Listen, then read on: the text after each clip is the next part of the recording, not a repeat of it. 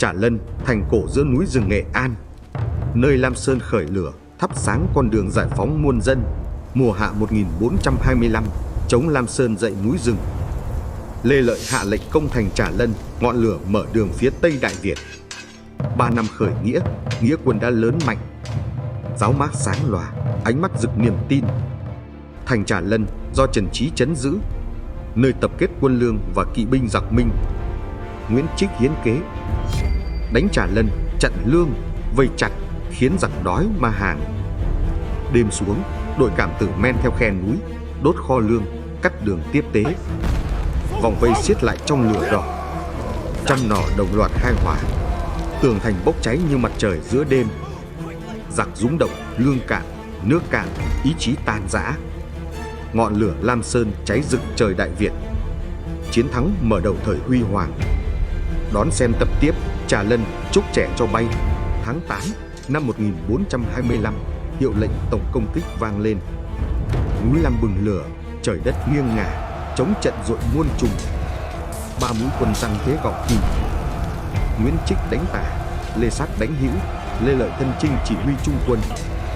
Đất rung, trời nổ, muôn giáo đan chéo giữa bão thép. Quân mình vỡ trận, ngã giặc trong biển người Lam Sơn.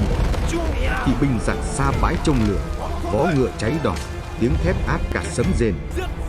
Giữa khói lửa cuộn trào, Lê Lợi hô: Trà Lân hôm nay là lửa, rửa nhục nước nhà.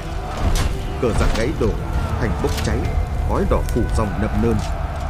Chúc trẻ cho bay, câu ca truyền khắp núi rừng, ghi dấu chiến công hiển hách. Nhưng đây chỉ là khúc mở đầu, uy thế Lam Sơn đang lan khắp đất Việt. Đừng quên theo dõi tập tiếp theo.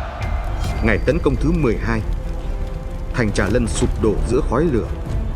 Tướng giặc cúi đầu, cờ Lam Sơn tung bay giữa tro tàn. Máu, mồ hôi và niềm tin đã đổi lấy chiến thắng làm rung chuyển cả Nghệ An. Từ Trà Lân, uy danh Lam Sơn lan khắp vùng Thanh, Nghệ, Tĩnh. Nhân tâm đồng lòng, nghĩa lớn dậy khắp non sông. Những người anh hùng góp sức mở đường tiến công ra Bắc, đưa cuộc khởi nghĩa vào giai đoạn quyết định. Tiếng trống hòa cùng khúc ca chiến thắng vang vọng suốt núi Lam hừng sáng. Từ tro tàn Trà Lân, Đại Việt hồi sinh. Ngọn lửa nghĩa lớn cháy bừng, soi gương mặt những người viết nên sự Việt. Nhưng đó mới chỉ là khởi đầu của chiến thắng. Đón xem tập tiếp theo, chiến thắng Ninh Kiều, nhân mục, bước ngoặt giải phóng.